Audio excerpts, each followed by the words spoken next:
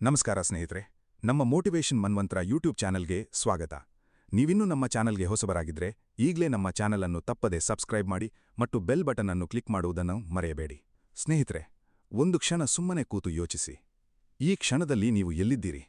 ನಿಮ್ಮ ಜೀವನ ನೀವು ಅಂದುಕೊಂಡ ಹಾಗೆ ಸಾಗುತ್ತಿದೆ, ಅಥವಾ ಯಾವುದೋ ಒಂದು ಮೂಲೆಯಲ್ಲಿ ಕೂತು ಕಳೆದ ದಿನಗಳನ್ನು ನೆನೆಸಿಕೊಂಡು ಆಗ ಹೀಗೆ ಮಾಡಿದ್ದರೆ ಇವತ್ತು ಹೀಗಾಗುತ್ತಿರಲಿಲ್ಲ ಎಂದು ನಿಟ್ಟುಸಿರುಬಿಡುತ್ತಿದ್ದೀರಾ? ಇಂದು ಲಕ್ಷಾಂತರ ಮನುಷ್ಯರು ಹೀಗೆ ಜೀವಿಸುತ್ತಿದ್ದಾರೆ. ಬೆಳಗ್ಗೆ ಏಳುತ್ತಾರೆ, ರಾತ್ರಿ ಮಲಗುತ್ತಾರೆ. ನಡುವೆ ಏನು ನಡೆಯುತ್ತದೆ ಎಂದರೆ ಒಂದು ಯಾಂತ್ರಿಕ ಜೀವನ. ಬದುಕು ಎಂಬ ಹೊಳೆ ಹರಿಯುತ್ತಿದೆ, ಆದರೆ ಅದರಲ್ಲಿ ಮುಳುಗಿ ಈಜುವ ಶಕ್ತಿ ಮಾತ್ರ ಇಲ್ಲ. ಯಾಕೆಂದರೆ ಒಳಗೊಂದು ಧ್ವನಿ ಮೆಲ್ಲಗೆ ಹೇಳುತ್ತಿರುತ್ತದೆ, ಇನ್ನು ಆಗುವುದಿಲ್ಲ, ತಡವಾಗಿಬಿಟ್ಟಿದೆ, ನಾನು ಸೋತು ಹೋಗಿದ್ದೇನೆ ಎಂದು. ಆ ಧ್ವನಿಯೇ ನಮ್ಮ ಅತ್ಯಂತ ದೊಡ್ಡ ಶತ್ರು. ಅದು ನಮ್ಮ ಹೊರಗಿನಿಂದ ಬರುವುದಿಲ್ಲ, ಅದು ನಮ್ಮ ಒಳಗಿನಿಂದಲೇ ಹುಟ್ಟಿಕೊಳ್ಳುತ್ತದೆ. ವರ್ಷಗಳ ನೋವು, ಹಲವಾರು ಸೋಲುಗಳು, ಜನರ ಮೂದಲಿಕೆ, ಪರಿಸ್ಥಿತಿಯ ಹೊಡೆತ ಇವೆಲ್ಲ ಸೇರಿ ನಮ್ಮ ಮನಸ್ಸಿನ ತಳದಲ್ಲಿ ಒಂದು ನಂಬಿಕೆಯನ್ನು ಬೇರೂರಿಸಿಬಿಡುತ್ತವೆ. ನಾನು ಸಾಧ್ಯವಿಲ್ಲದವನು. ಆದರೆ ಸ್ನೇಹಿತರೆ, ಇಂದು ನಾನು ನಿಮಗೆ ಒಂದು ಮಾತು ಹೇಳಲು ಬಂದಿದ್ದೇನೆ. ಇನ್ನೂ ಸಮಯ ಇದೆ, ಎದ್ದು ನಿಲ್ಲು. ಇದು ಕೇವಲ ಮಾತಿನ ಉತ್ಸಾಹವಲ್ಲ, ಇದು ಯುಗಯುಗಗಳ ಸತ್ಯ. ಇದನ್ನು ಭಗವಂತನೇ ಹೇಳಿದ್ದಾನೆ. ಇದನ್ನು ನಮ್ಮ ಪೂರ್ವಜರು ಅನುಭವಿಸಿ ಸಾಬೀತು ಮಾಡಿದ್ದಾರೆ. ಮತ್ತು ಇಂದು ಈ ಕ್ಷಣದಲ್ಲಿ ನೀವು ಅದನ್ನು ಅನುಭವಿಸಲು ಸಿದ್ಧರಾಗಿ ಕೂತಿದ್ದೀರಿ. ನೋಡಿ, ಬದುಕು ಎಂದರೇನು? ಅದೊಂದು ದೀರ್ಘ ಪಯಣ. ಆ ಪಯಣದಲ್ಲಿ ನಮಗೆ ಸುಂದರ ದಾರಿಗಳು ಸಿಗುತ್ತವೆ, ಮುಳ್ಳಿನ ಕಾಡುಗಳೂ ಸಿಗುತ್ತವೆ. ಹಲವೊಮ್ಮೆ ನಾವು ದಾರಿ ತಪ್ಪಿ ಕೂತಿರುತ್ತೇವೆ. ಹಲವೊಮ್ಮೆ ಕಾಲು ಗಾಯಗೊಂಡು ಮುಂದೆ ಹೆಜ್ಜೆ ಹಾಕಲಾರೆ ಎನ್ನಿಸುತ್ತದೆ. ಹಲವೊಮ್ಮೆ ಒಂಟಿಯಾಗಿ ಕೂತು ಯಾರೂ ಇಲ್ಲ ಎನ್ನಿಸುತ್ತದೆ. ಆದರೆ ಗೊತ್ತಾ, ಇಂತಹ ಗಳಿಗೆಗಳಲ್ಲಿಯೇ ಭಗವಂತ ನಮ್ಮ ಪಕ್ಕದಲ್ಲಿ ಬಂದು ಕೂತುಕೊಳ್ಳುತ್ತಾನೆ. ಅವನು ಒಂದು ಮಾತು ಹೇಳುತ್ತಾನೆ, ಎದ್ದೇಳು, ಇನ್ನೂ ಸಮಯ ಇದೆ. ಇಂದು ನಮ್ಮ ಸಮಾಜದಲ್ಲಿ ಎಷ್ಟೊಂದು ಯುವಕರು, ಹಿರಿಯರು, ಮಹಿಳೆಯರು ಎಲ್ಲರೂ ಒಂದೇ ನೋವು ಹೊತ್ತು ಓಡಾಡುತ್ತಿದ್ದಾರೆ. ಅದು ಶ್ರೀಮಂತನಿಗೂ ಇದೆ, ಬಡವನಿಗೂ ಇದೆ, ಓದಿದವನಿಗೂ ಇದೆ, ಓದದವನಿಗೂ ಇದೆ. ಆ ನೋವಿನ ಹೆಸರೇನೆಂದರೆ ನಾನು ಸೋತೆ ಎನ್ನುವ ಭಾವನೆ. ಒಂದು ಪರೀಕ್ಷೆಯಲ್ಲಿ ಫೇಲಾದ ವಿದ್ಯಾರ್ಥಿ ನನ್ನ ಜೀವನ ಮುಗಿದು ಹೋಯಿತು ಎನ್ನುತ್ತಾನೆ. ಒಂದು ಉದ್ಯೋಗ ಕಳೆದುಕೊಂಡ ವ್ಯಕ್ತಿ ನಾನೀಗ ಏನು ಮಾಡಲಿ ಎಂದು ಕುಸಿಯುತ್ತಾನೆ. ಪ್ರೀತಿಯಲ್ಲಿ ಮೋಸ ಹೋದ ಹೃದಯ ಇನ್ನು ಮತ್ತೆ ಪ್ರೀತಿಸಲಾರೆ ಎಂದು ಗೋಡೆ ಕಟ್ಟಿಕೊಳ್ಳುತ್ತದೆ. ವ್ಯಾಪಾರದಲ್ಲಿ ನಷ್ಟ ಅನುಭವಿಸಿದ ಉದ್ಯಮಿ ನಾನು ಸರಿಯಿಲ್ಲ ಎಂದು ಮೂಲೆ ಸೇರುತ್ತಾನೆ. ಇಂತಹ ಸಂದರ್ಭಗಳಲ್ಲಿ ಮನುಷ್ಯ ಏನು ಮಾಡುತ್ತಾನೆ? ಹೆಚ್ಚಿನ ಸಮಯ ಎರಡು ಕೆಲಸ ಮಾಡುತ್ತಾನೆ. ಒಂದೋ ತನ್ನನ್ನು ತಾನೇ ಹಳಿದುಕೊಳ್ಳುತ್ತಾನೆ, ಇಲ್ಲವೇ ಇನ್ನೊಬ್ಬರನ್ನು ದೂಷಿಸುತ್ತಾನೆ. ಆದರೆ ಈ ಎರಡು ಕ್ರಿಯೆಗಳು ಅವನನ್ನು ಮುಂದಕ್ಕೆ ಒಯ್ಯುವುದಿಲ್ಲ, ಬದಲಾಗಿ ಇನ್ನಷ್ಟು ಆಳಕ್ಕೆ ತಳ್ಳುತ್ತವೆ. ನಮ್ಮ ಪ್ರಾಚೀನ ಋಷಿಮುನಿಗಳು ಇದನ್ನು ಬಹಳ ಚೆನ್ನಾಗಿ ಅರ್ಥಮಾಡಿಕೊಂಡಿದ್ದರು. ಅದಕ್ಕೆ ಅವರು ಒಂದು ಸತ್ಯ ಹೇಳಿದ್ದಾರೆ. ಯಾವ ಕ್ಷಣ ಮನುಷ್ಯ ಎದ್ದು ನಿಲ್ಲಲು ತೀರ್ಮಾನಿಸುತ್ತಾನೋ ಆ ಕ್ಷಣವೇ ಅವನ ನಿಜವಾದ ಜೀವನದ ಆರಂಭ. ಎದ್ದು ನಿಲ್ಲಲು ಎಂದಿಗೂ ತಡವಾಗಿಲ್ಲ, ಯಾಕೆಂದರೆ ಭಗವಂತ ಕೊಟ್ಟ ಉಸಿರು ಇರುವವರೆಗೂ ಸಮಯ ಇದ್ದೇ ಇದೆ. ಮಹಾಭಾರತದ ಯುದ್ಧಭೂಮಿಯಲ್ಲಿ ಒಂದು ಕ್ಷಣ ನೋಡಿ. ಅರ್ಜುನ ಅದೆಷ್ಟು ಶ್ರೇಷ್ಠ ಯೋಧ. ಆದರೆ ಯುದ್ಧ ಪ್ರಾರಂಭವಾಗುವ ಮೊದಲು ಅವನು ಮಂಡಿಯೂರಿ ಕುಳಿತ. ಕೈಯಿಂದ ಬಿಲ್ಲು ಬಿದ್ದತು, ಮೈ ನಡುಗಿತು. ನಾನು ಹೋರಾಡಲಾರೆ ಎಂದ. ಇಡೀ ವಿಶ್ವ ಅವನನ್ನು ನೋಡುತ್ತಿತ್ತು. ಶತ್ರುಗಳು ಅವನನ್ನು ನೋಡಿ ನಗುತ್ತಿದ್ದರು. ತನ್ನ ಸ್ವಂತ ಜನ ಕಕ್ಕಾಬಿಕ್ಕಿಯಾದರು. ಆ ಕ್ಷಣದಲ್ಲಿ ಶ್ರೀಕೃಷ್ಣ ಏನು ಮಾಡಿದ? ಅವನು ಅರ್ಜುನನನ್ನು ಬೈಯಲಿಲ್ಲ. ಕೈ ಹಿಡಿದು ಎತ್ತಿ ನಿಲ್ಲಿಸಿ ಯಾಕೆ ಕೂತೆ ಎಂದು ಕೇಳಲಿಲ್ಲ. ಬದಲಾಗಿ ಅವನ ಪಕ್ಕ ಕೂತ, ಮೆಲ್ಲಗೆ ಮಾತನಾಡಿದ. ಅರ್ಜುನನ ಒಳಗಿನ ಭಯವನ್ನು, ಗೊಂದಲವನ್ನು, ದುಃಖವನ್ನು ಮೊದಲು ಅರ್ಥಮಾಡಿಕೊಂಡ. ಆ ನಂತರ ಒಂದೊಂದೇ ಮಾತು ಹೇಳಿ ಅರ್ಜುನನ ಮನಸ್ಸಿನ ಅಂಧಕಾರವನ್ನು ಹೋಗಲಾಡಿಸಿದ. ಇಂದು ನಾವು ಅಂತಹದ್ದೇ ಒಂದು ಯುದ್ಧಭೂಮಿಯಲ್ಲಿ ನಿಂತಿದ್ದೇವೆ. ಅದು ಬಾಹ್ಯ ಯುದ್ಧವಲ್ಲ, ಅದು ನಮ್ಮ ಒಳಗಿನ ಯುದ್ಧ. ನಮ್ಮ ಭಯದ ವಿರುದ್ಧ ನಮ್ಮ ಹೋರಾಟ, ನಮ್ಮ ಸೋಲಿನ ಭಾವನೆಯ ವಿರುದ್ಧ ನಮ್ಮ ಶಕ್ತಿಯ ಯುದ್ಧ. ಮತ್ತು ಆ ಯುದ್ಧದಲ್ಲಿ ಶ್ರೀಕೃಷ್ಣ ನಮ್ಮ ಪಕ್ಕ ನಿಂತು ಇಂದೂ ಹೇಳುತ್ತಿದ್ದಾನೆ, ಎದ್ದೇಳು, ಇನ್ನೂ ಸಮಯ ಇದೆ. ನಿಮ್ಮ ಜೀವನದಲ್ಲಿ ಎಷ್ಟು ಸಲ ನೀವು ಕೆಳಕ್ಕೆ ಬಿದ್ದಿದ್ದೀರಿ? ಒಮ್ಮೆ, 2 ಸಲ, 5 ಸಲ, 10 ಸಲ? ಎಷ್ಟು ಸಲ ಬಿದ್ದರೂ ಸರಿ, ಎದ್ದು ನಿಲ್ಲಲು ಒಂದೇ ಒಂದು ಕ್ಷಣ ಸಾಕು. ಆ ಕ್ಷಣ ಇದೆ. ಆ ಕ್ಷಣ ಇದೇ ಕ್ಷಣ, ಈ ಕ್ಷಣ. ಹಿಂದೆ ನಡೆದದ್ದನ್ನು ನೀವು ಬದಲಾಯಿಸಲು ಸಾಧ್ಯವಿಲ್ಲ, ಆದರೆ ಮುಂದೆ ನಡೆಯಲಿರುವುದನ್ನು ನೀವೇ ಬರೆಯಬಹುದು. ಅದಕ್ಕೆ ಒಂದೇ ಒಂದು ನಿರ್ಧಾರ ಸಾಕು, ಇನ್ನು ನಾನು ಮಲಗಿಕೊಂಡಿರಲ್ಲ, ಎದ್ದು ನಿಲ್ಲುತ್ತೇನೆ. ಸ್ನೇಹಿತರೆ, ಈ ಭಾಗ ಕೇವಲ ಒಂದು ಪರಿಚಯ. ಮುಂದಿನ ಭಾಗಗಳಲ್ಲಿ ನಾವು ಈ ಯಾತ್ರೆಯ ಒಳಗೆ ಆಳವಾಗಿ ಇಳಿಯಲಿದ್ದೇವೆ. ಪ್ರತಿ ಮಾತು ನಿಮ್ಮ ಜೀವನಕ್ಕೆ ಸ್ಪರ್ಶಿಸಲಿದೆ. ಪ್ರತಿ ಕಥೆಯೂ ನಿಮ್ಮ ಅಂತರಾತ್ಮಕ್ಕೆ ತಲುಪಲಿದೆ. ಯಾಕೆಂದರೆ ಇದು ಕೇವಲ ಒಂದು ವಿಷಯವಲ್ಲ, ಇದು ನಿಮ್ಮ ಕಥೆ, ಇದು ನಮ್ಮೆಲ್ಲರ ಕಥೆ. ಇಂದಿನ ಬದುಕಿನಲ್ಲಿ ಲಕ್ಷಾಂತರ ಜನ ತಮ್ಮೊಳಗಿನ ಧ್ವನಿಗೆ ಶರಣಾಗಿ ನಾನು ಸೋತಿದ್ದೇನೆ ಎನ್ನುವ ನಂಬಿಕೆಯನ್ನು ಬೇರೂರಿಸಿಕೊಂಡು ಜೀವಿಸುತ್ತಿದ್ದಾರೆ. ಆ ಸೋಲಿನ ಭಾವ ಎಲ್ಲಿಂದ ಬರುತ್ತದೆ? ಅದು ಹೇಗೆ ನಮ್ಮನ್ನು ಆಳುತ್ತದೆ? ಈ ಭಾಗದಲ್ಲಿ ನಾವು ಅದರ ಮೂಲವನ್ನು ಅರಿತುಕೊಳ್ಳೋಣ. ಸ್ನೇಹಿತರೆ, ನಮ್ಮ ಸುತ್ತ ಇರುವ ಜನರನ್ನು ಗಮನಿಸಿ. ಅವರು ಹೊರಗಡೆ ಚೆನ್ನಾಗಿ ಕಾಣಿಸಿಕೊಳ್ಳಲು ಒಂದು ಮುಖವಾಡ ಧರಿಸಿರುತ್ತಾರೆ. ಅಂಗಡಿಯಲ್ಲಿ ನಗುತ್ತಾ ಮಾರಾಟ ಮಾಡುತ್ತಿರುವ ಅಂಗಡಿಕಾರ ರಾತ್ರಿ ಮನೆಗೆ ಬಂದಾಗ ಚಿಂತೆಯಿಂದ ಮಲಗಲಾರ. ಕಚೇರಿಯಲ್ಲಿ ಠಾಕುಠೀಕಾಗಿ ಕೂತ ಅಧಿಕಾರಿ ಒಳಗಿನಿಂದ ಸವಿದು ಹೋಗಿರುತ್ತಾನೆ. ಹಳ್ಳಿಯಲ್ಲಿ ಗದ್ದೆ ಉಳುಮೆ ಮಾಡುತ್ತಿರುವ ರೈತ ಮಳೆ ಬೀಳದ ಭಯದಲ್ಲಿ ಆಕಾಶ ನೋಡುತ್ತಾ ನಿಂತಿರುತ್ತಾನೆ. ಎಲ್ಲರ ಒಳಗೆ ಒಂದು ಯುದ್ಧ ನಡೆಯುತ್ತಲೇ ಇರುತ್ತದೆ. ಆ ಯುದ್ಧ ಯಾರಿಗೂ ಕಾಣಿಸುವುದಿಲ್ಲ. ಅದನ್ನು ಯಾರ ಬಳಿಯೂ ಹೇಳಿಕೊಳ್ಳಲಾಗುವುದಿಲ್ಲ. ಯಾಕೆಂದರೆ ಜನ ನಕ್ಕಾರು ಎಂಬ ಭಯ, ದುರ್ಬಲ ಎಂದು ಅನ್ನಿಸಿಕೊಂಡಾರು ಎಂಬ ಚಿಂತೆ, ಸೋತವನು ಎಂಬ ಹಣೆಪಟ್ಟಿ ಅಂಟಿಕೊಂಡೀತು ಎಂಬ ಆತಂಕ. ಹೀಗೆ ಒಳಗೆ ಉರಿಯುತ್ತಾ ಹೊರಗೆ ತಣ್ಣಗಿರುವ ನಟನೆ ಮಾಡುತ್ತಾ ಜೀವಿಸುವ ಮನುಷ್ಯ ಒಂದು ದಿನ ಮುರಿದು ಹೋಗುತ್ತಾನೆ. ಅಥವಾ ಮುರಿದು ಹೋಗದಿದ್ದರೂ ಬದುಕಿಲ್ಲ ಎನ್ನುವ ಅವಸ್ಥೆಯಲ್ಲಿ ಸಾಗುತ್ತಾನೆ. ನಮ್ಮ ಶಾಸ್ತ್ರಗಳು ಒಂದು ಮಾತು ಹೇಳುತ್ತವೆ: ಮನಸ್ಸೇ ಮನುಷ್ಯನ ಬಂಧನಕ್ಕೂ ಕಾರಣ, ಮನಸ್ಸೇ ಅವನ ಮುಕ್ತಿಗೂ ಕಾರಣ. ಅಂದರೆ ನಾವು ಎಲ್ಲಿ ಹೋಗುತ್ತೇವೆ ಎನ್ನುವುದನ್ನು ನಮ್ಮ ಮನಸ್ಸು ನಿರ್ಧರಿಸುತ್ತದೆ. ಮನಸ್ಸು ನಾನು ಸೋತೆ ಎಂದು ನಂಬಿದರೆ ಸೋಲು ನಿಜವಾಗುತ್ತದೆ. ಮನಸ್ಸು ನಾನು ಎದ್ದು ನಿಲ್ಲುತ್ತೇನೆ ಎಂದು ನಿರ್ಧರಿಸಿದರೆ ಜಯ ಸಾಧ್ಯ. ಆದರೆ ಮನಸ್ಸು ಅಷ್ಟು ಸುಲಭದಲ್ಲಿ ಬದಲಾಗುವುದೇ? ಇಲ್ಲ. ಯಾಕೆಂದರೆ ನಮ್ಮ ಮನಸ್ಸಿನ ಮೇಲೆ ವರ್ಷಗಳ ಕಾಲ ಒತ್ತಡ ಹೇರಲ್ಪಟ್ಟಿರುತ್ತದೆ. ಬಾಲ್ಯದಿಂದಲೇ ನಮಗೆ ಹೇಳಲಾಗುತ್ತದೆ: ಅವನನ್ನು ನೋಡು, ಅವನು ಎಷ್ಟು ಚೆನ್ನಾಗಿ ಓದುತ್ತಾನೆ, ನೀನು ಅವಳ ಥರ ಯಾಕಿಲ್ಲ, ನಿಮ್ಮ ಮನೆಯವರು ಹಾಗೆ, ಒಬ್ಬರೂ ಸರಿಯಿಲ್ಲ. ಇಂತಹ ಮಾತುಗಳು ಮಕ್ಕಳ ಮನಸ್ಸಿನ ಮೇಲೆ ಎಷ್ಟು ಆಳವಾದ ಗಾಯ ಮಾಡುತ್ತವೆ ಎಂದು ನಮಗೆ ಗೊತ್ತಾಗುವುದೇ ಇಲ್ಲ. ಆ ಗಾಯಗಳು ವರ್ಷಗಳ ನಂತರವೂ ಒಳಗೆ ರಕ್ತ ಸುರಿಸುತ್ತಿರುತ್ತವೆ. ಮನುಷ್ಯ ಬೆಳೆಯುತ್ತಾನೆ, ದೇಹ ದೊಡ್ಡದಾಗುತ್ತದೆ, ಆದರೆ ಒಳಗೆ ಇನ್ನೂ ಆ ಪುಟ್ಟ ಮಗುವೇ ಇರುತ್ತದೆ, ಸೋತ ಭಾವನೆ ಹೊತ್ತು. ಶಾಲೆಯಲ್ಲಿ ಒಬ್ಬ ಮೇಷ್ಟ್ರು ನೀನು ಏನೂ ಆಗಲ್ಲ ಎಂದು ಬೈದರು. ಊರಲ್ಲಿ ಒಬ್ಬರು ಇವನಿಂದ ಏನಾಗತ್ತೆ ಎಂದರು. ಮನೆಯಲ್ಲಿ ನೀನು ನಮ್ಮ ಕುಟುಂಬಕ್ಕೆ ಮರ್ಯಾದೆ ತರಲ್ಲ ಎಂದು ಅನ್ನಿಸಿಕೊಂಡಿತು. ಈ ಎಲ್ಲಾ ಅನುಭವಗಳು ಒಂದೊಂದಾಗಿ ಜೋಡಿಸಿಕೊಂಡು ನಾನು ಯೋಗ್ಯನಲ್ಲ ಎನ್ನುವ ಗೋಡೆ ನಿರ್ಮಿಸುತ್ತವೆ. ಆ ಗೋಡೆ ಎಷ್ಟು ಗಟ್ಟಿಯಾಗಿ ನಿಲ್ಲುತ್ತದೆ ಎಂದರೆ ಹೊರಗಿನ ಯಾವ ಸಾಧನೆಯೂ ಅದನ್ನು ಒಡೆಯಬಾರದು. ನಮ್ಮ ಸಮಾಜದಲ್ಲಿ ಹೋಲಿಕೆ ಎಂಬ ವಿಷ ಬಹಳ ಆಳವಾಗಿ ಬೇರೂರಿದೆ. ಇಂದು ಮನುಷ್ಯ ತನ್ನನ್ನು ಯಾರೊಂದಿಗೋ ಹೋಲಿಸಿಕೊಂಡು ಜೀವಿಸುತ್ತಾನೆ. ನೆರೆಹೊರೆಯವನ ಮನೆ ದೊಡ್ಡದಾದರೆ ನಮ್ಮ ಮನಸ್ಸಿಗೆ ನೋವು, ಗೆಳೆಯನ ಸಂಬಳ ಹೆಚ್ಚಾದರೆ ಮನಸ್ಸಿಗೆ ಕಸಿವಿಸಿ, ಸೋದರ ಮಾವನ ಮಗ ಪರದೇಶಕ್ಕೆ ಹೋದರೆ ನಾನೇಕೆ ಹೋಗಲಾರದೆ ಎಂಬ ಪ್ರಶ್ನೆ. ಈ ಹೋಲಿಕೆಯ ವಿಷ ಮನಸ್ಸನ್ನು ತಿನ್ನುತ್ತದೆ. ಮನುಷ್ಯ ತನ್ನ ಸ್ವಂತ ಬದುಕಿನ ಬೆಲೆ ಮರೆತು ಇನ್ನೊಬ್ಬನ ಬದುಕನ್ನು ನೋಡಿ ತನ್ನನ್ನು ತಾನು ಮೌಲ್ಯಮಾಪನ ಮಾಡಿಕೊಳ್ಳತೊಡಗುತ್ತಾನೆ. ಅವನ ಯಾತ್ರೆ ಅವನದ್ದು, ನಿಮ್ಮ ಯಾತ್ರೆ ನಿಮ್ಮದ್ದು, ಇದು ಮರೆತು ಹೋಗುತ್ತದೆ. ಭಗವದ್ಗೀತೆಯಲ್ಲಿ ಶ್ರೀಕೃಷ್ಣ ಅದ್ಭುತವಾದ ಮಾತೊಂದು ಹೇಳಿದ್ದಾನೆ: ಶ್ರೇಯಾನ್ ಸ್ವಧರ್ಮೋ ವಿಗುಣಃ ಪರಧರ್ಮಾತ್ ಸ್ವನುಷ್ಠಿತಾತ್. ಅಂದರೆ ಇನ್ನೊಬ್ಬನ ಧರ್ಮ, ಅಂದರೆ ಇನ್ನೊಬ್ಬನ ಬದುಕಿನ ಮಾರ್ಗ ಅದೆಷ್ಟೇ ಚೆನ್ನಾಗಿದ್ದರೂ ನಿಮ್ಮ ಸ್ವಂತ ಮಾರ್ಗ ಅದಕ್ಕಿಂತ ಶ್ರೇಷ್ಠ. ಯಾಕೆಂದರೆ ನಿಮ್ಮ ಮಾರ್ಗ ನಿಮಗಾಗಿಯೇ ರಚಿಸಲ್ಪಟ್ಟಿದೆ. ಅದರಲ್ಲಿ ನಡೆದಾಗ ಮಾತ್ರ ನೀವು ನಿಮ್ಮ ನಿಜವಾದ ಸಾಮರ್ಥ್ಯ ತಲುಪಬಹುದು. ಇಂದು ನಾವು ಮಾಡುತ್ತಿರುವ ತಪ್ಪೇನೆಂದರೆ ಇನ್ನೊಬ್ಬನ ಜೀವನ ನೋಡಿ ನಮ್ಮ ಜೀವನವನ್ನು ಅಳೆಯುತ್ತೇವೆ. ಇದು ತಪ್ಪು, ಸಂಪೂರ್ಣ ತಪ್ಪು. ನೀವು ಯಾರನ್ನೋ ನೋಡಿ ನಿಮ್ಮನ್ನು ತಾಳೆ ಹಾಕಿಕೊಳ್ಳಬೇಕಾಗಿಲ್ಲ. ನೀವು ನಿನ್ನೆಯ ಆವೃತ್ತಿಗಿಂತ ಇಂದು ಒಂದು ಹೆಜ್ಜೆ ಮುಂದೆ ಇದ್ದರೆ ಅದು ಸಾಕಾಗುತ್ತದೆ. ಅದೇ ನಿಜವಾದ ಪ್ರಗತಿ. ಆದರೆ ಈ ಮಾತನ್ನು ಅರ್ಥಮಾಡಿಕೊಳ್ಳಲು ಮಾನಸಿಕ ಪ್ರಬುದ್ಧತೆ ಬೇಕು. ಅದು ಒಮ್ಮಿಂದೊಮ್ಮೆಲೆ ಬರುವುದಿಲ್ಲ. ಅದು ಬರಲು ಕಷ್ಟ, ನೋವು, ಪ್ರಶ್ನೆ ಮತ್ತು ಒಂದು ಆಂತರಿಕ ಜಾಗೃತಿ ಬೇಕು.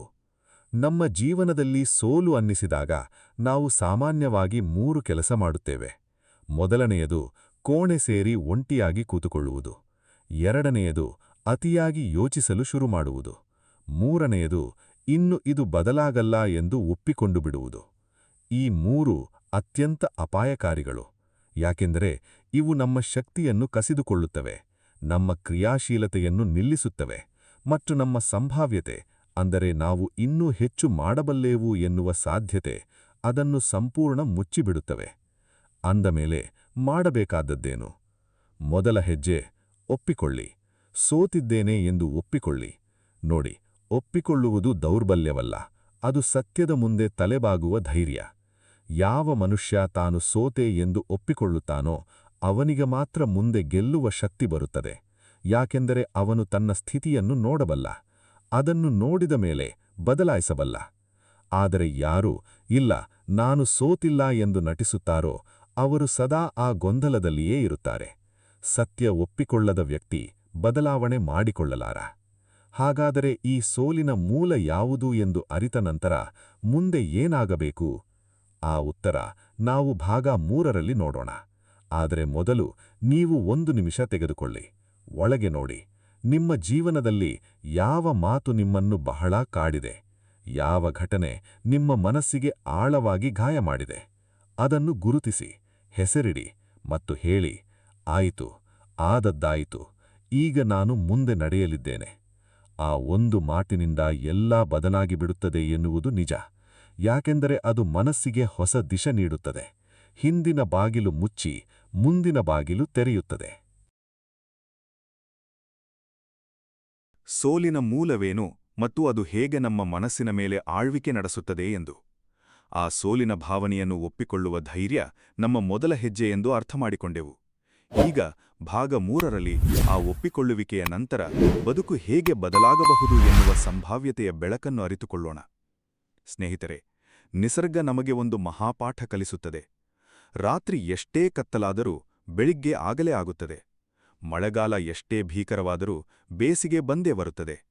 ಬೀಜ ಮಣ್ಣಿನೊಳಗೆ ಮೊದಲು ಹೂತು ಹೋಗಿ ನಂತರ ಅಂಕುರ ಹೊರಚಿಮ್ಮುತ್ತದೆ. ಚಿಟ್ಟೆ ಮೊಹರಿನೊಳಗೆ ಮೊದಲು ಕತ್ತಲಲ್ಲಿ ಬೆಳೆದು ನಂತರ ಚಂದದ ರೆಕ್ಕೆ ಬಿಚ್ಚಿ ಹಾರುತ್ತದೆ. ಇದು ಕೇವಲ ನಿಸರ್ಗದ ನಿಯಮ ಅಲ್ಲ, ಇದು ಜೀವನದ ನಿಯಮ.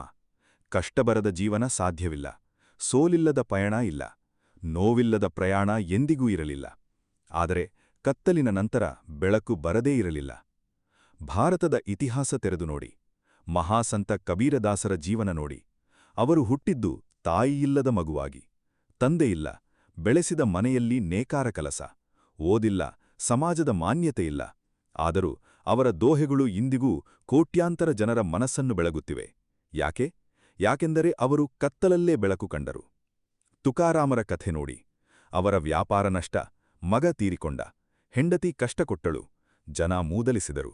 ಆದರೆ ಅವರು ಭಗವಂತನ ಭಜನೆ ಬಿಡಲಿಲ್ಲ. ಅಂತ್ಯದಲ್ಲಿ ಅವರ ಅಭಂಗಗಳು ಮರಾಠಿ ಸಾಹಿತ್ಯದ ರತ್ನಗಳಾಗಿ ಉಳಿದವು. ಇವರು ಸ್ವರ್ಗದಿಂದ ಬಿದ್ದ ಮಹಾತ್ಮರಲ್ಲ. ಇವರು ನಿಮ್ಮಂತೆಯೇ ನೋವು ಅನುಭವಿಸಿದ ಸಾಮಾನ್ಯ ಮನುಷ್ಯರು. ಆದರೆ ಅವರು ಒಂದು ಕೆಲಸ ಮಾಡಿದರು. ಕೆಳಕ್ಕೆ ಬಿದ್ದಾಗ ಮೇಲೆ ನೋಡಿದರು, ಒಳಗೆ ನೋಡಿದರು, ಭಗವಂತನ ಕಡೆ ನೋಡಿದರು.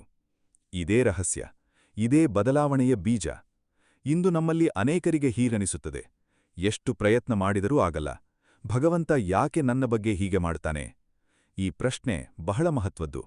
ಇದು ಭಗವಂತನ ಮೇಲೆ ಕೋಪ ಅಲ್ಲ, ಇದು ಭಗವಂತನ ಮೇಲೆ ಪ್ರೀತಿಯ ಅಭಿವ್ಯಕ್ತಿ. ಯಾಕೆಂದರೆ ಯಾರ ಮೇಲಾದರೂ ಪ್ರೀತಿ ಇದ್ದರೆ ಮಾತ್ರ ಅವರ ಮೇಲೆ ಕೋಪ ಬರುತ್ತದೆ.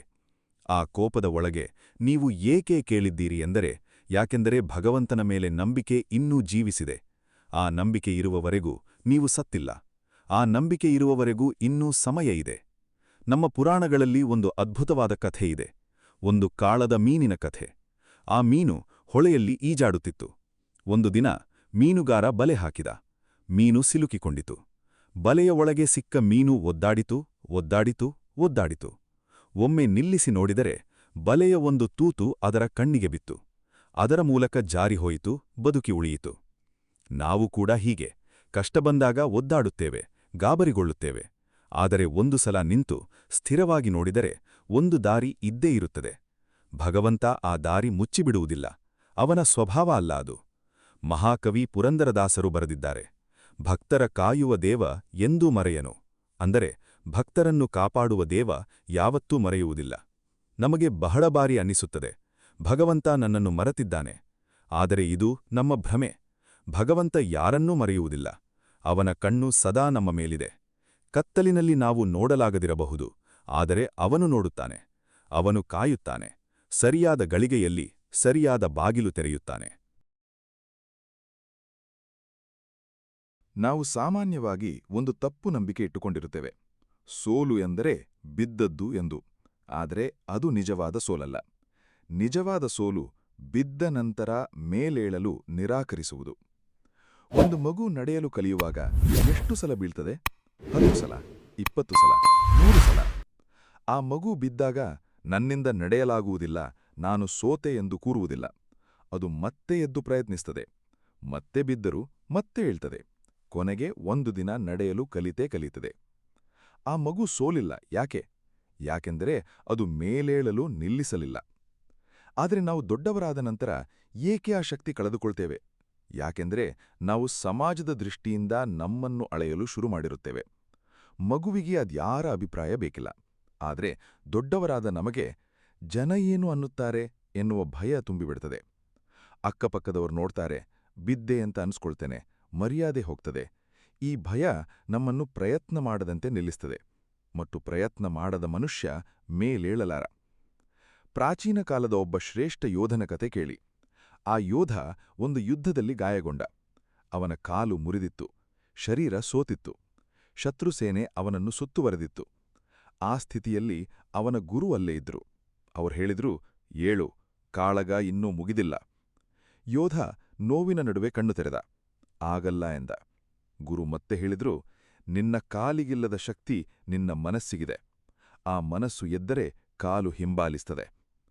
ಆ ಮಾತು ಯೋಧನ ಮನಸ್ಸು ಮುಟ್ಟಿತು. ಅವನು ಒಂದು ನಿಶ್ಚಯ ಮಾಡಿದ. ನಿಧಾನವಾಗಿ ಎದ್ದ. ಕಾಲು ನಡುಗಿತು, ಆದರೆ ನಿಂತ. ಕತ್ತಿ ಎತ್ತಿದ, ಮುಂದೆ ನಡೆದ ಮತ್ತು ಆ ಕಾಳಗ ಗೆದ್ದ. ಇದು ಕಥೆಯಲ್ಲ, ಇದು ಪ್ರತಿ ಮಾನವ ಜೀವನದ ಸತ್ಯ. ಮನಸ್ಸು ಎದ್ದರೆ ಶರೀರ ಹಿಂಬಾಲಿಸ್ತದೆ. ಮನಸ್ಸು ನಿರ್ಧರಿಸಿದರೆ ಪ್ರಪಂಚ ಬದಲಾಗ್ತದೆ. ಇಂದು ನಿಮ್ಮ ಬದುಕಿನಲ್ಲಿ ಎಂಥ ಸ್ಥಿತಿ ಇದ್ದರೂ ಸರಿ, ಕೆಲಸ ಹೋಗಿದ್ದರು, ಸಂಬಂಧ ಮುರಿದಿದ್ದರು, ಆರೋಗ್ಯ ಕೆಟ್ಟಿದ್ದರು, ಸ್ನೇಹಿತರು ದೂರ ಹೋಗಿದ್ದರು, ಆರ್ಥಿಕ ಕಷ್ಟ ಬಂದಿದ್ದರು, ಮನಸ್ಸು ಎದ್ದು ನಿಲ್ಲಿಸಿ. ಬಾಕಿಯೆಲ್ಲ ಅದನ್ನು ಹಿಂಬಾಲಿಸ್ತದೆ. ಮಹಾಭಾರತದ ಕರ್ಣನ ಕಥೆ ನೆನಪಿಸಿಕೊಳ್ಳಿ. ಅವನಷ್ಟು ಕಷ್ಟ ಅನುಭವಿಸಿದ ವ್ಯಕ್ತಿ ಪುರಾಣದಲ್ಲಿ ಮತ್ತೊಬ್ಬನಿಲ್ಲ. ಹುಟ್ಟಿದ ತಾಯಿ ನದಿಯಲ್ಲಿ ತೇಲಿಬಿಟ್ಟಳು. ಅಪ್ಪ ಅಮ್ಮ ಯಾರೆಂದು ಗೊತ್ತಿಲ್ಲ. ಸೂತಪುತ್ರ ಎಂದು ಕರೆದು ಅವಮಾನಿಸಿದರು. ಗುರು ದ್ರೋಣ ಕಲಿಸಲು ನಿರಾಕರಿಸಿದ. ಪರಶುರಾಮ ಶಾಪ ಕೊಟ್ಟ. ದ್ರೌಪದಿ ಸ್ವಯಂವರದಲ್ಲಿ ಅವಮಾನ. ಕವಚಕುಂಡಲ ದೇಹದಿಂದ ಕಿತ್ತುಕೊಟ್ಟ. ಇಂದ್ರ ಮೋಸ ಮಾಡಿದ. ಇಷ್ಟೆಲ್ಲ ಆದರೂ ಕರ್ಣ ಎಂದಿಗೂ ಮೂಲೆ ಸೇರಲಿಲ್ಲ. ಅವನ ಮನಸ್ಸು ಯಾವತ್ತೂ ಎದ್ದೇ ಇತ್ತು. ಅವನ ದಾನಶೀಲತೆ, ಅವನ ಧೈರ್ಯ, ಅವನ ನಿಷ್ಠೆ ಇವು ಯಾವ ಸಂಕಷ್ಟಕ್ಕೂ ಬಗ್ಗಲಿಲ್ಲ. ಕರ್ಣ ನಮಗೆ ಕಲಿಸುವ ಪಾಠ ಒಂದೇ.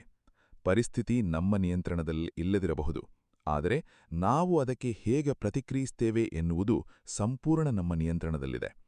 ಆ ಪ್ರತಿಕ್ರಿಯೆ ಎದ್ದು ನಿಲ್ಲುವ ಆಯ್ಕೆ ಮಾಡಿಕೊಂಡ್ರೆ ಆ ಕ್ಷಣ ಜೀವನ ಬದಲಾಗಲು ಶುರುವಾಗ್ತದೆ. ಬಿದ್ದದ್ದು ಸೋಲಲ್ಲ, ಮೇಲೇಳದಿರುವುದೇ ಸೋಲು. ಮತ್ತು ಮೇಲೇಳಲು ಈ ಕ್ಷಣ ಸಮಯ ಇದ್ದೇ ಇದೆ.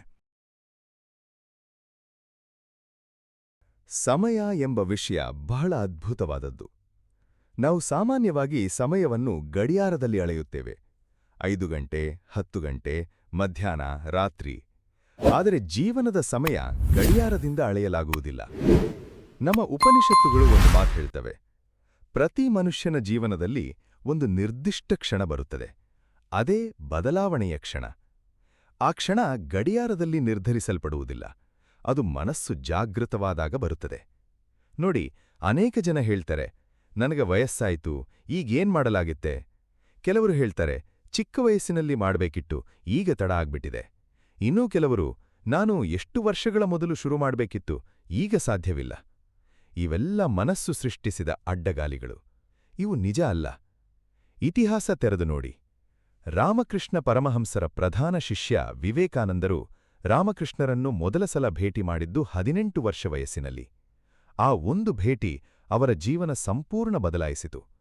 ಮುಂದೆ ಅವರು ಪ್ರಪಂಚಕ್ಕೆ ಭಾರತದ ಆಧ್ಯಾತ್ಮದ ಜ್ಯೋತಿ ಬೆಳಗಿಸಿದರು.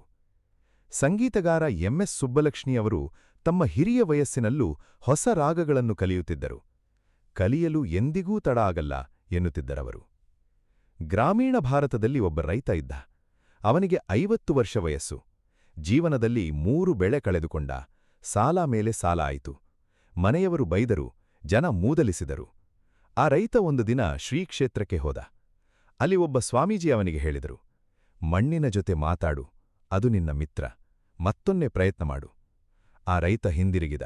ಹೊಸ ವಿಧಾನದಲ್ಲಿ ಬೇಸಾಯ ಕಲಿತ. 5 ವರ್ಷದ ನಂತರ ಅವನ ಹೊಲ ಊರಿಗೆ ಮಾದರಿಯಾಯಿತು. ಅವನ 50ನೆಯ ವರ್ಷ ಅವನ ನಿಜವಾದ ಆರಂಭ. ಸ್ನೇಹಿತರೆ, ಸಮಯ ಇದೆ ಎಂಬ ಮಾತು ವಯಸ್ಸಿನ ಬಗ್ಗೆ ಅಲ್ಲ, ಅದು ಮನಸ್ಸಿನ ಸ್ಥಿತಿಯ ಬಗ್ಗೆ. ಮನಸ್ಸು ಜೀವಂತ ಇರುವ ತನಕ, ಉಸಿರಿರುವ ತನಕ ಹೊಸ ಆರಂಭ ಸಾಧ್ಯ. ಈ ಕ್ಷಣ ನೀವು ನಿಮ್ಮ ಜೀವನದ ಅತ್ಯಂತ ಮಹತ್ವದ ದಿನ ಎಂದು ನಿರ್ಧರಿಸಬಹುದು. ಭಗವದ್ಗೀತೆಯ ಒಂದು ಶ್ಲೋಕ ನೆನಪಿಸಿಕೊಳ್ಳಿ. ಉದ್ಧರೇದಾತ್ಮನಾತ್ಮಾನಂ ನಾತ್ಮಾನಂ ಅವಸಾದಯೇತ್. ಅಂದರೆ, ನಿಮ್ಮನ್ನು ನೀವೇ ಮೇರೆ ತನ್ನಿ, ನಿಮ್ಮನ್ನು ನೀವೇ ಕೆಳಗೆ ತಳ್ಳಿಕೊಳ್ಳಬೇಡಿ. ನಿಮ್ಮ ಉದ್ಧಾರ ಮತ್ತು ಅಧಪ್ಪತನ ಎರಡಕ್ಕೂ ನೀವೇ ಕಾರಣ. ಇದು ಅದ್ಭುತ ಸ್ವಾತಂತ್ರ್ಯ. ಇದನ್ನು ಅರ್ಥಮಾಡಿಕೊಂಡ ಮನುಷ್ಯ ಯಾರಿಗೂ ಹೊಣೆ ಹಾಕುವ ಅಗತ್ಯ ಇಲ್ಲ. ಅವನೇ ತನ್ನ ಜೀವನದ ನಿರ್ಮಾಪಕ, ಅವನೇ ತನ್ನ ಭವಿಷ್ಯದ ಬರಹಗಾರ. ಇಂದು ಈ ಕ್ಷಣ ನೀವೊಂದು ತೀರ್ಮಾನ ಮಾಡಿ. ಹಿಂದೆ ಆದದ್ದೆಲ್ಲ ಆಯಿತು, ಅದನ್ನು ಬದಲಾಯಿಸಲಾಗುವುದಿಲ್ಲ. ಆದರೆ ಇಂದಿನಿಂದ ಮುಂದೆ ಅದನ್ನು ನೀವು ಬದಲಾಯಿಸಬಹುದು. ಇನ್ನೂ ಸಮಯ ಇದೆ. ಈ ಕ್ಷಣ ಎದ್ದು ನಿಲ್ಲಿ. ಮಹಾಭಾರತದ ಅದ್ಭುತ ಪ್ರಸಂಗವೊಂದಿದೆ. ಕುರುಕ್ಷೇತ್ರ ಯುದ್ಧ ಆರಂಭವಾಗಲಿದೆ. ಅರ್ಜುನ ತನ್ನ ರಥದಲ್ಲಿ ನಿಂತ. ಎದುರಿನ ಸೇನೆ ನೋಡಿದ. ಅಲ್ಲಿ ಭೀಷ್ಮ, ದ್ರೋಣ, ಕರ್ಣ, ಕೌರವರು ಎಲ್ಲ ಪ್ರಿಯಜನರು. ಇವರನ್ನು ಹೇಗೆ ಕೊಲ್ಲಲಿ ಎಂದು ಅವನ ಮನಸ್ಸು ಕಂಪಿಸಿತು. ಅರ್ಜುನ ಕೃಷ್ಣನ ಬಳಿ ಹೋದ ಮಾತಲ್ಲ. ಕೃಷ್ಣನೇ ಪರ್ಜುನನ ಪಕ್ಕ ಸಾರಥಿಯಾಗಿ ನಿಂತಿದ್ದ. ಮತ್ತು ಅರ್ಜುನ ಕುಸಿದಾಗ ಕೃಷ್ಣ ಏನ್ಮಾಡಿದ? ಮೊದಲು ಅವನ ನೋವು ಕೇಳಿದ. ಅರ್ಜುನ, ಹೇಳು, ನಿನ್ನ ಮನಸ್ಸಿನಲ್ಲಿ ಏನಿದೆ ಎಂದ. ಅರ್ಜುನ ಎಲ್ಲ ಹೇಳಿಕೊಂಡ. ಆನಂತರ ಕೃಷ್ಣ ನಿಧಾನವಾಗಿ ಗಾಢವಾಗಿ ಮಾತಾಡಲು ಶುರುಮಾಡಿದ. ಅದೇ ಭಗವದ್ಗೀತೆ. ಗೀತೆಯ ಮೊದಲ ಪ್ರಮುಖ ಪಾಠ ಏನೆಂದ್ರೆ, ಕ್ಲೈಬ್ಯಂ ಮಾಸ್ಮಗಮಃ ಪಾರ್ಥ ನೈತತ್ವಯ್ಯುಪಪದ್ಯತೆ. ಅಂದ್ರೆ, ಅರ್ಜುನ, ಈ ದೌರ್ಬಲ್ಯ ನಿನಗೆ ಶೋಭಿಸುವುದಿಲ್ಲ, ಇದು ನೀನಲ್ಲ. ಕೃಷ್ಣ ಮೊದಲು ಅರ್ಜುನನ ನಿಜ ಸ್ವರೂಪ ತೋರಿಸಿದ. ನೀನು ಯಾರು ಎಂದು ಕೇಳಿದ. ಇದು ಬಹಳ ಮಹತ್ವದ ಪ್ರಶ್ನೆ. ನಾವು ಸೋಲಿನ ಭಾವನೆಯಲ್ಲಿ ಮುಳುಗಿದಾಗ ನಮ್ಮ ನಿಜ ಸ್ವರೂಪ ಮರೆತು ಹೋಗ್ತೇವೆ. ನಾವು ಸಮಸ್ಯೆ ಎನ್ನುವ ಚಿಕ್ಕ ಗುಹೆಯೊಳಗೆ ಸೇರಿಕೊಂಡು ಬೆಳಕು ಇಲ್ಲ ಎಂದು ಅಳುತ್ತೇವೆ. ಆದರೆ ಭಗವಂತ ಹೇಳುತ್ತಾನೆ, ಹೊರಗೆ ಬಾ, ನೋಡು, ನೀನು ಸ್ವಯಂ ಬೆಳಕು. ಕೃಷ್ಣ ಅರ್ಜುನನಿಗೆ ಹೇಳಿದ, ನೀನು ಆತ್ಮ. ಆತ್ಮಕ್ಕೆ ಸಾವಿಲ್ಲ. ಹಿಂದೆ ಯಾವ ಜನ್ಮದಲ್ಲೂ ಸಾಯಲಿಲ್ಲ, ಮುಂದೆ ಯಾವ ಜನ್ಮದಲ್ಲೂ ಸಾಯುವುದಿಲ್ಲ. ಈ ದೇಹ ಮಾತ್ರ ನಶ್ವರ, ಆದರೆ ನೀನು ಅದಕ್ಕಿಂತ ಮಿಗಿಲಾದ ಸಾಮರ್ಥ್ಯ ಹೊಂದಿದ್ದಿ. ಈ ಮಾತು ಅರ್ಜುನನ ಮನಸ್ಸಿನ ಮೇಲೆ ಹೊಸ ಬೆಳಕು ತಂತು. ಅವನ ಒಳಗಿನ ಯೋಧ ಎಚ್ಚರಗೊಂಡ. ಇಂದು ನಮ್ಮ ಜೀವನದಲ್ಲಿ ಕೂಡ ಹೀಗೇ ಆಗುತ್ತದೆ. ನಾವು ಕಷ್ಟ ಬಂದಾಗ ನಮ್ಮ ನಿಜ ಸ್ವರೂಪ ಮರೆತು ಸಮಸ್ಯೆಯ ಗಾತ್ರ ನೋಡಿ ಭಯಗೊಳ್ಳುತ್ತೇವೆ. ಆದರೆ ಭಗವಂತ ಯಾವತ್ತೂ ನಮ್ಮನ್ನು ನಮ್ಮ ಸಾಮರ್ಥ್ಯಕ್ಕಿಂತ ದೊಡ್ಡ ಸಮಸ್ಯೆ ಮುಂದೆ ಕೂರಿಸಿ ಹೋಗಲ್ಲ. ಒಂದು ಐತಿಹ್ಯದ ಕಥೆ ಕೇಳಿ. ಒಂದು ಸಣ್ಣ ಊರಿನಲ್ಲಿ ಒಬ್ಬ ಕಬ್ಬಿಣದ ಕಮ್ಮಾರ ಇದ್ದ. ಅವನ ಊರಿಗ ಒಂದು ದಿನ ಭಯಂಕರ ರಾಕ್ಷಸ ಬಂದ. ಊರಿನ ಜನ ಓಡಿಹೋದರು. ಆ ಕಮ್ಮಾರ ಒಬ್ಬನೇ ನಿಂತ. ಅವನ ಕೈಯಲ್ಲಿ ಕೇವಲ ಒಂದು ಉಕ್ಕಿನ ಸಲಾಖೆ ಇತ್ತು. ರಾಕ್ಷಸ ನಕ್ಕ. ಇದೊಂದೇ ಆಯುಧ, ನೀನು ಸಾಯಲು ಸಿದ್ಧನಾ? ಕಮ್ಮಾರ ನಡುಗಿದ, ಭಯಗೊಂಡ. ಆದರೆ ಒಳಗೆ ಒಂದು ಧ್ವನಿ ಹೇಳಿತು, ಈ ಸಲಾಖೆ ನೀನೇ ಮಾಡಿದ್ದು. ನಿನ್ನ ಕೈಕೌಶಲ್ಯ ಅದರಲ್ಲಿದೆ. ಅದೇ ನಿನ್ನ ಶಕ್ತಿ. ಆ ಮಾತು ಕೇಳಿ ಅವನ ಕೈ ಗಟ್ಟಿಯಾಯಿತು. ಅವನು ರಾಕ್ಷಸನ ಮೇಲೆ ಎರಗಿದ. ಕೊನೆಗೆ ಆ ರಾಕ್ಷಸ ಓಡಿಹೋದ. ಆ ಒಳಧ್ವನಿ ಯಾರು? ಅದು ಭಗವಂತ. ಅದು ಶ್ರೀಕೃಷ್ಣ ಸ್ವರ. ಅವನು ಸದಾ ನಮ್ಮ ಒಳಗೇ ಇದ್ದಾನೆ. ನಮ್ಮ ನಿಜ ಸಾಮರ್ಥ್ಯ ಏನೆಂದು ಅವನಿಗೆ ಗೊತ್ತಿದೆ. ಅವನು ನಮಗೆ ನೆನಪಿಸಲು ಕಾಯುತ್ತಿದ್ದಾನೆ. ಆ ನೆನಪಿಗಾಗಿ ನಾವು ಮಾಡಬೇಕಾದ ಒಂದೇ ಕೆಲಸ, ಮೌನ. ಒಂದು ಕ್ಷಣ ಸ್ಥಿರವಾಗಿ ಕೂರಿ ಒಳಧ್ವನಿ ಕೇಳಿ. ಅದು ಎದ್ದೇಳು, ಸಾಧ್ಯ ಇದೆ ಎಂದು ಹೇಳುತ್ತದೆ. ಆ ಧ್ವನಿಗೆ ಕಿವಿಕೊಟ್ಟರೆ ಒಳಗಿನ ಯೋಧ ಎಚ್ಚರಗೊಳ್ಳುತ್ತಾನೆ. ಭಗವದ್ಗೀತೆಯ ಅತ್ಯಂತ ಪ್ರಸಿದ್ಧ ಶ್ಲೋಕ ಯಾವುದು? ಕರ್ಮಣ್ಯೇವಾಧಿಕಾರಸ್ತೆ ಮಾ ಫಲೇಷು ಕದಾಚನ. ಅಂದ್ರೆ, ನಿನಗೆ ಅಧಿಕಾರ ಇರುವುದು ಕರ್ಮದ ಮೇಲೆ, ಫಲದ ಮೇಲಲ್ಲ. ಇದನ್ನು ಕೇಳಿದಾಗ ಅನೇಕರಿಗೆ ಒಂದು ಅನುಮಾನ ಬರಬಹುದು. ಫಲ ಬೇಡ ಅಂದರೆ ಕೆಲಸ ಮಾಡಿ ಏನು ಪ್ರಯೋಜನ? ಆದರೆ ಕೃಷ್ಣ ಅದು ಹೇಳಿಲ್ಲ. ಅವನು ಹೇಳಿದ್ದು ಇನ್ನೂ ಆಳವಾದ ಮಾತು. ಫಲದ ಬಗ್ಗೆ ಯೋಚಿಸದೆ ಕೆಲಸ ಮಾಡಿದಾಗ ಮನಸ್ಸು ಶ್ರೇಷ್ಠ ಮಟ್ಟದ ಏಕಾಗ್ರತೆ ಪಡೆಯುತ್ತದೆ ಮತ್ತು ಆ ಏಕಾಗ್ರತೆಯಿಂದ ನಿನ್ನ ಕೆಲಸ ಅತ್ಯುತ್ತಮ ಗುಣಮಟ್ಟದ್ದಾಗಿ ಹೊರಬರುತ್ತದೆ ಮತ್ತು ಅಂತಹ ಕೆಲಸ ತಾನಾಗಿಯೇ ಫಲ ತರುತ್ತದೆ. ಆದರೆ ನಾವು ಹೆಚ್ಚಾಗಿ ತಲೆ ಕೆಳಗಾಗಿ ಯೋಚಿಸುತ್ತೇವೆ. ಮೊದಲು ಯಶಸ್ಸು ಸಿಗಬೇಕು, ನಂತರ ಕೆಲಸ ಮಾಡುತ್ತೇನೆ ಎಂದು. ಇದು ಸಾಧ್ಯ ಇಲ್ಲ. ಮೊದಲು ಬೀಜ ಬಿತ್ತಬೇಕು, ನಂತರ ಹಣ್ಣು ಸಿಗುತ್ತದೆ. ಮೊದಲು ಓದಬೇಕು, ನಂತರ ಜ್ಞಾನ ಬರುತ್ತದೆ. ಮೊದಲು ಪ್ರಯತ್ನ ಮಾಡಬೇಕು, ನಂತರ ಯಶಸ್ಸು ಸಿಗುತ್ತದೆ. ಪೌರಾಣಿಕ ಕಥೆಯೊಂದು ಕೇಳಿ. ಒಬ್ಬ ಶಿಷ್ಯ ಗುರುವಿನ ಬಳಿ ಬಂದ. ಸ್ವಾಮಿ, ನನಗೆ ಜ್ಞಾನ ಬೇಕು, ಆದರೆ ಅಭ್ಯಾಸ ಮಾಡಲು ಸಮಯ ಇಲ್ಲ, ಶ್ರಮ ಪಡಲು ಇಷ್ಟ ಇಲ್ಲ. ನೇರವಾಗಿ ಜ್ಞಾನ ಕೊಡಿ. ಗುರು ನಕ್ಕರು. ಬಾ ಎಂದರು. ಅವನನ್ನು ಒಂದು ಬಾವಿ ಬಳಿ ಕರೆದೊಯ್ದರು. ನೀರು ಬೇಕೇ ಎಂದರು. ಬೇಕು ಎಂದ ಶಿಷ್ಯ. ಮೊಗೆದುಕೋ ಎಂದರು ಗುರು. ಇಲ್ಲ, ನೇರವಾಗಿ ನನ್ನ ಬಾಯಿಗೆ ಹಾಕಿ ಎಂದ ಶಿಷ್ಯ. ಗುರು ಮತ್ತೆ ನಕ್ಕರು. ನೀರನ್ನು ನೀನೇ ಮೊಗೆದೆ ಕುಡಿಯಲಾಗದು, ಜ್ಞಾನ ಕೂಡ ನೀನೇ ಗಳಿಸಬೇಕು, ಅದನ್ನು ಯಾರಿಂದಲೂ ಉಡುಗೊರೆಯಾಗಿ ಪಡೆಯಲಾಗದು. ಇದೇ ಕರ್ಮಯೋಗದ ಸಾರ. ಪ್ರಯತ್ನ ನಿಮ್ಮದು, ಶ್ರಮ ನಿಮ್ಮದು, ಬೆವರು ನಿಮ್ಮದು, ಫಲ ಬರುತ್ತದೆ. ಕೃಷ್ಣ ಅದನ್ನು ಖಾತ್ರಿಪಡಿಸುತ್ತಾನೆ. ಆದರೆ ಕರ್ಮಯೋಗದಲ್ಲಿ ಒಂದು ಮಹತ್ವದ ಅಂಶ ಇದೆ. ಕರ್ಮ ನಿರ್ಲಿಪ್ತತೆಯಿಂದ ಮಾಡಬೇಕು. ಅಂದರೆ ಕೆಲಸ ಮಾಡುವಾಗ ಮನಸ್ಸು ಫಲದ ಚಿಂತೆ ಇಲ್ಲದೇ ಇರಬೇಕು. ಭಯ, ಆತಂಕ, ಆಗಲ್ಲ ಎಂಬ ಅನುಮಾನ ಇಲ್ಲದೇ ಕೆಲಸ ಮಾಡಬೇಕು. ಹಾಗೆ ಮಾಡಿದಾಗ ಏನಾಗುತ್ತದೆ ಎಂದರೆ ಕೆಲಸ ಪ್ರಾರ್ಥನೆಯಾಗುತ್ತದೆ, ಭಗವಂತನಿಗೆ ಅರ್ಪಣೆಯಾಗುತ್ತದೆ, ಮತ್ತು ಭಗವಂತನಿಗೆ ಅರ್ಪಿಸಿದ ಯಾವ ಕೆಲಸವೂ ವ್ಯರ್ಥ ಆಗುವುದಿಲ್ಲ. ನೋಡಿ, ಇಂದು ನಾವು ಸಣ್ಣ ಸಣ್ಣ ಕೆಲಸವನ್ನು ಇದರಿಂದ ಏನು ಪ್ರಯೋಜನ ಎಂದು ಲೆಕ್ಕ ಹಾಕಿ ಮಾಡುತ್ತೇವೆ. ಆ ಲೆಕ್ಕ ಹಾಕುವ ಮನಸ್ಸು ನಮ್ಮ ಶಕ್ತಿಯನ್ನು ಹೀರಿಬಿಡುತ್ತದೆ. ಕೆಲಸ ಮಾಡುವ ಆನಂದ ಹೋಗಿ ಕೆಲಸ ಒಂದು ಭಾರ ಆಗಿ ಕಾಣಿಸುತ್ತದೆ. ಆದರೆ ಯಾರು ಭಗವಂತನ ಇಚ್ಛೆಗೆ ಒಪ್ಪಿಸಿ ಕೆಲಸ ಮಾಡುತ್ತಾರೋ ಅವರಿಗೆ ಕೆಲಸ ಒಂದು ಹಬ್ಬ. ಪ್ರತಿದಿನ ಹೊಸ ಉತ್ಸಾಹ, ಪ್ರತಿ ಪ್ರಯತ್ನ ಒಂದು ಭಕ್ತಿ. ಒಂದು ಅನ್ನ ಬೇಯಿಸುವ ಅಮ್ಮ ನೋಡಿ, ಅವಳು ಆ ಅಡುಗೆ ಲೆಕ್ಕ ಹಾಕಿ ಮಾಡುವುದಿಲ್ಲ.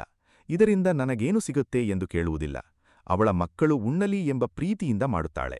ಆ ಅಡುಗೆ ಬರೀ ಊಟ ಅಲ್ಲ, ಅದು ಪ್ರೇಮ, ಅದು ತ್ಯಾಗ, ಅದು ಕರ್ಮಯೋಗ.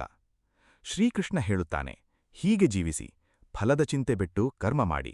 ಮನಸ್ಸು ಬೆಳಗುತ್ತದೆ, ಬದುಕು ಹೂವರಳಿದಂತೆ ಆಗುತ್ತದೆ, ಮತ್ತು ಯಶಸ್ಸು ತಾನಾಗಿ ನಿಮ್ಮ ಬಾಗಿಲ ತಲುಪುತ್ತದೆ. ಎದ್ದು ನಿಲ್ಲಿ, ಕೆಲಸ ಮಾಡಿ, ಭಗವಂತನ ಮೇಲೆ ಭರವಸೆಯಿಡಿ. ಇನ್ನೂ ಸಮಯ ಇದೆ. ಸ್ನೇಹಿತರೆ, ಕರ್ಮ ಮಾಡುತ್ತೇವೆ, ಆದರೂ ಫಲ ಬಾರದಿದ್ದಾಗ ಏನು ಮಾಡಬೇಕು? ಪ್ರಯತ್ನ ಮಾಡಿ ಮಾಡಿ ಸಾಕಾಗಿ ಹೋದಾಗ ಏನು ಮಾಡಬೇಕು? ಮನಸ್ಸು ಸಾಕು, ಇನ್ನು ಆಗಲ್ಲ ಎಂದಾಗ ಏನು ಮಾಡಬೇಕು? ಆ ಕ್ಷಣ ಕೃಷ್ಣ ಹೇಳುತ್ತಾನೆ, ಶರಣಾಗು, ನನ್ನ ಮೇಲೆ ಭಾರ ಹಾಕು. ಸರ್ವಧರ್ಮಾನ್ ಪರಿತ್ಯಜ್ಯ ಮಾಮೇಕಂ ಶರಣಂ ವ್ರಜ. ಅಂದರೆ ಎಲ್ಲ ಭಾರ ಬಿಟ್ಟು ನನ್ನೊಬ್ಬನ ಶರಣು ಬಾ, ನಾನು ನಿನ್ನನ್ನು ಎಲ್ಲ ಪಾಪ, ಕಷ್ಟ, ಸಂಕಟದಿಂದ ಮುಕ್ತಗೊಳಿಸುತ್ತೇನೆ. ಇದು ಕೇಳಲು ಸರಳ, ಆದರೆ ಮಾಡಲು ಬಹಳ ಕಷ್ಟ. ಯಾಕೆಂದರೆ ನಮ್ಮ ಅಹಂಕಾರ ಬಿಡಲು ಸಾಧ್ಯವಿಲ್ಲ. ನಾನೇ ಮಾಡ್ತೇನೆ, ನನಗೆ ಯಾರ ಸಹಾಯ ಬೇಡ ಎಂಬ ಮನೋಭಾವ ಎಲ್ಲರ ಒಳಗೆ ಇದೆ. ಆ ಮನೋಭಾವ ಒಂದು ಮಟ್ಟದವರೆಗೆ ಒಳ್ಳೆಯದು, ಆದರೆ ಒಂದು ಹಂತ ದಾಟಿದ ನಂತರ ಅದು ನಮ್ಮನ್ನು ಭಗವಂತನಿಂದ ದೂರ ಮಾಡುತ್ತದೆ. ಪೌರಾಣಿಕ ಕಥೆಯೊಂದು ನೋಡಿ. ಗಜೇಂದ್ರ ಮೋಕ್ಷ. ಒಂದು ಮಹಾ ಆನೆ ಗಜೇಂದ್ರ ಕಮಲ ತರಲು ಸರೋವರಕ್ಕೆ ಹೋಯಿತು. ಅಲ್ಲಿ ಒಂದು ಮೊಸಳೆ ಅದರ ಕಾಲು ಹಿಡಿಯಿತು. ಮಹಾಬಲಿಷ್ಠ ಆ ಆನೆ ಗಂಟೆಗಟ್ಟಲೆ ಹೋರಾಡಿತು, ಆದರೂ ಮೊಸಳೆ ಬಿಡಲಿಲ್ಲ. ಕೊನೆಗೆ ಆನೆ ಸಾಕಾಗಿ ಹೋಯಿತು. ಅದಕ್ಕೆ ಅರ್ಥವಾಯಿತು, ತನ್ನ ಬಲದಿಂದ ತಾನು ಮುಕ್ತಿ ಪಡೆಯಲಾರೆ. ಆಗ ಅದು ಕೂಗಿ ಭಗವಂತನನ್ನು ಕರೆಯಿತು. ಆದಿಮೂಲ, ನೀನು ಬಿಟ್ಟರೆ ನನ್ನನ್ನು ಕಾಪಾಡಲು ಯಾರೂ ಇಲ್ಲ. ಆ ಒಂದು ಮಾತು ಸಾಕಾಯಿತು. ಶ್ರೀ ಮಹಾವಿಷ್ಣು ತನ್ನ ವೈಕುಂಠದಿಂದ ಓಡಿಬಂದ. ಸುದರ್ಶನ ಚಕ್ರದಿಂದ ಮೊಸಳೆಯ ತಲೆ ತರಿದ. ಗಜೇಂದ್ರ ಮುಕ್ತಿ ಪಡೆಯಿತು. ಗಮನಿಸಿ, ಭಗವಂತ ಕಾಯಲಿಲ್ಲ, ಓಡಿಬಂದ. ಯಾಕೆ? ಯಾಕೆಂದರೆ ತನ್ನ ಭಕ್ತ ನಿಜವಾಗಿ ಶರಣು ಬಂದ, ಅಹಂಕಾರ ಬಿಟ್ಟ. ಆ ಶರಣಾಗತಿ ಭಗವಂತನನ್ನು ಓಡಿಬರಿಸುತ್ತದೆ. ನಾವು ಕೂಡ ನಮ್ಮ ಜೀವನದಲ್ಲಿ ಎಷ್ಟೋ ಸಲ ಮೊಸಳೆ ಹಿಡಿದ ಆನೆಯ ಹಾಗೆ ಒದ್ದಾಡುತ್ತೇವೆ. ಸಮಸ್ಯೆ ನಮ್ಮನ್ನು ಬಿಡದೇ ಹಿಡಿದಿರುತ್ತದೆ. ನಾವು ನಮ್ಮ ಬಲದಿಂದ ಅದರ ಜೊತೆ ಹೋರಾಡುತ್ತೇವೆ. ಆದರೆ ಒಂದು ದಿನ ಆ ಭ್ರಮೆ ಬಿಟ್ಟು ಭಗವಂತನ ಕಡೆ ತಿರುಗಬೇಕು. ಭಗವಂತ, ನೀನು ಸಹಾಯ ಮಾಡಬೇಕು. ಆ ಒಂದು ತಿರುವುವಿಕೆ ಜೀವನ ಬದಲಾಯಿಸುತ್ತದೆ. ಇಲ್ಲಿ ಒಂದು ಮಹತ್ವದ ವಿಷಯ ಅರ್ಥಮಾಡಿಕೊಳ್ಳಿ.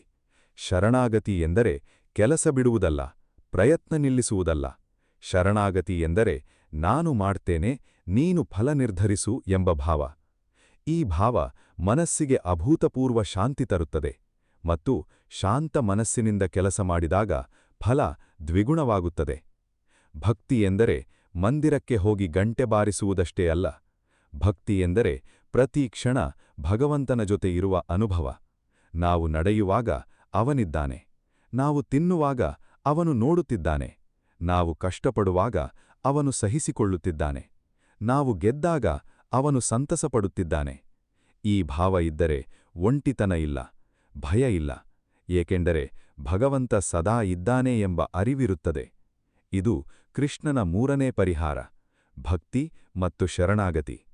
ಕರ್ಮ ಮಾಡಿ, ಭಕ್ತಿಯಿಟ್ಟು, ಭಗವಂತನಿಗೆ ಶರಣಾಗಿ, ಇನ್ನೂ ಸಮಯವಿದೆ ಎದ್ದು ನಿಲ್ಲಲು. ಈ ಕ್ಷಣ ನಿಮ್ಮ ಮನಸ್ಸಿನಲ್ಲಿ ಒಂದು ಪ್ರಶ್ನೆ ಇರಬಹುದು. ಎಲ್ಲ ಕೇಳಿದೆ, ಅರ್ಥ ಆಯಿತು, ಆದರೆ ನನ್ನ ಜೀವನದಲ್ಲಿ ನಿಜವಾಗಿ ಮಾಡಲು ಸಾಧ್ಯ ಇದೆಯೇ? ಈ ಪ್ರಶ್ನೆ ಬಂದಿದ್ರೆ ಅದು ಒಳ್ಳೆ ಸಂಕೇತ, ಯಾಕೆಂದ್ರೆ ಮನಸ್ಸು ಚಲಿಸಲು ಶುರು ಮಾಡಿದೆ.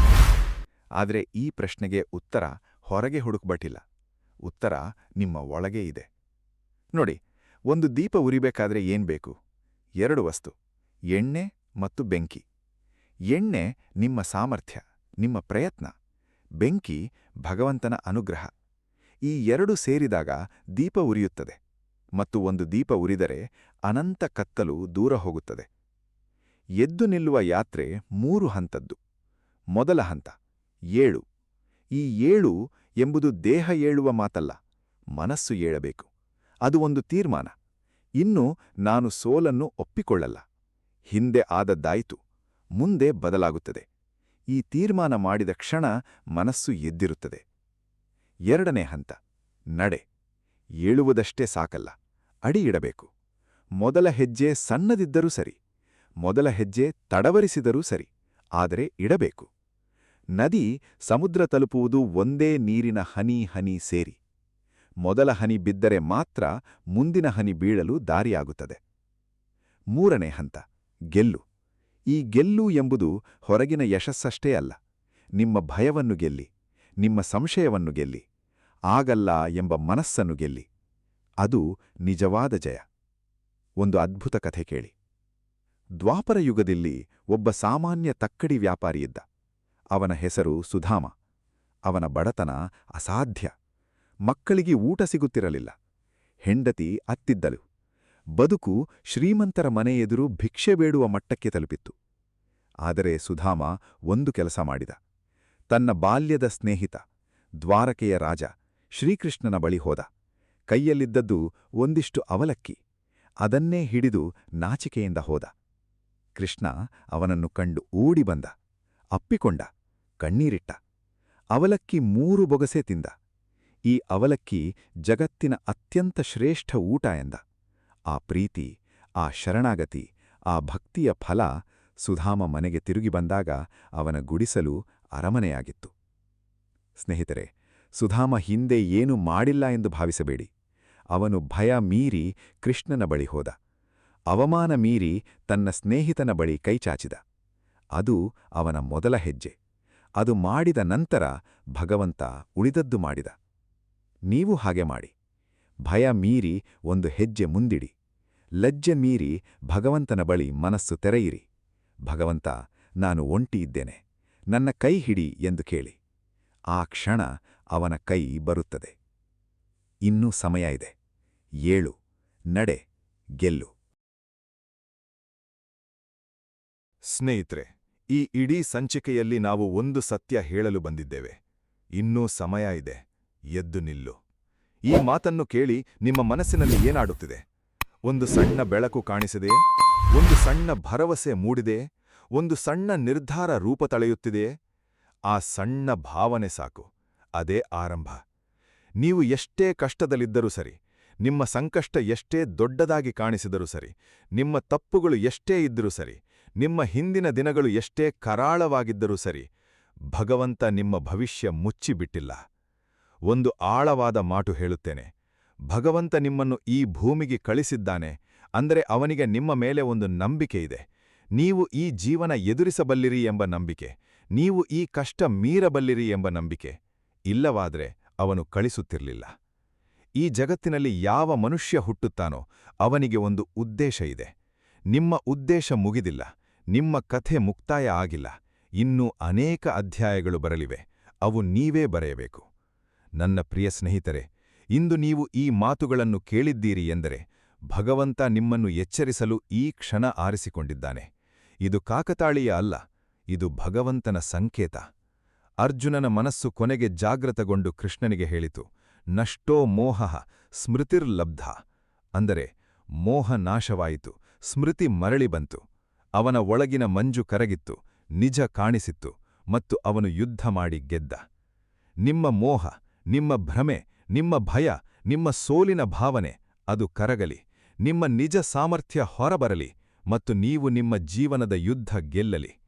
ಇಂದಿನಿಂದ ಪ್ರತಿದಿನ ಬೆಳಗ್ಗೆ ಎದ್ದ ತಕ್ಷಣ ಒಂದು ಮಾತು ಹೇಳಿಕೊಳ್ಳಿ, ಭಗವಂತ, ಇಂದು ಒಂದು ದಿನ ನನ್ನ ಕೈ ಹಿಡಿದು ನಡೆಸು. ನಾನು ಸಾಮರ್ಥ್ಯದ ಪೂರ್ತಿ ಪ್ರಯತ್ನ ಮಾಡುತ್ತೇನೆ, ಫಲ ನಿನ್ನ ಕೈಯಲ್ಲಿ. ಈ ಮಾತು ದಿನ ಶುರು ಮಾಡಿ, ನಿಮ್ಮ ಜೀವನ ಬದಲಾಗುತ್ತದೆ. ಪ್ರತಿ ರಾತ್ರಿ ಮಲಗುವ ಮೊದಲು ಒಂದು ಮಾತು ಹೇಳಿಕೊಳ್ಳಿ, ಭಗವಂತ, ಇಂದು ಒಂದು ಹೆಜ್ಜೆ ಮುಂದಿಟ್ಟೆ, ಧನ್ಯವಾದ. ನಾಳೆ ಇನ್ನೊಂದು ಹೆಜ್ಜೆ ಇಡಲು ಶಕ್ತಿ ಕೊಡು. ಈ ಕೃತಜ್ಞತೆ ನಿಮ್ಮ ಮನಸ್ಸನ್ನು ಸದಾ ಸಕಾರಾತ್ಮಕವಾಗಿರಿಸುತ್ತದೆ. ಮತ್ತು ಯಾವತ್ತಾದರೂ ಮತ್ತೆ ಬಿದ್ದರೆ ನೆನಪಿಡಿ, ಭಗವಂತ ನಿಮ್ಮ ಪಕ್ಕ ನಿಂತಿದ್ದಾನೆ. ಎದ್ದೇಳು, ಇನ್ನೂ ಸಮಯ ಇದೆ ಎಂದು ಹೇಳುತ್ತಿದ್ದಾನೆ. ಆ ಧ್ವನಿ ಕೇಳಿ ಎದ್ದೇಳಿ. ನಿಮ್ಮ ಜೀವನ ಸುಂದರ, ನಿಮ್ಮ ಭವಿಷ್ಯ ಪ್ರಕಾಶಮಾನ, ನಿಮ್ಮ ಶ್ರಮ ಫಲ ಕೊಡುತ್ತದೆ, ನಿಮ್ಮ ಭಕ್ತಿ ಭಗವಂತನ ಅನುಗ್ರಹ ತರುತ್ತದೆ, ನಿಮ್ಮ ನಿರ್ಧಾರ ನಿಮ್ಮ ಭಾಗ್ಯ ಬದಲಾಯಿಸುತ್ತದೆ. ಇನ್ನೂ ಸಮಯ ಇದೆ, ಎದ್ದು ನಿಲ್ಲಿ. ಇದಿಷ್ಟು ಈ ಸಂಚಿಕೆಯ ವಿಷಯವಾಗಿದೆ. ಈ ಸಂಚಿಕೆಯ ಅನಿಸಿಕೆ ಅಭಿಪ್ರಾಯಗಳನ್ನು ತಪ್ಪದೇ ನಮ್ಮೊಂದಿಗೆ ಹಂಚಿಕೊಳ್ಳಿ ಮತ್ತು ಲೈಕ್ ಮಾಡುವುದನ್ನು ಮರೆಯಬೇಡಿ.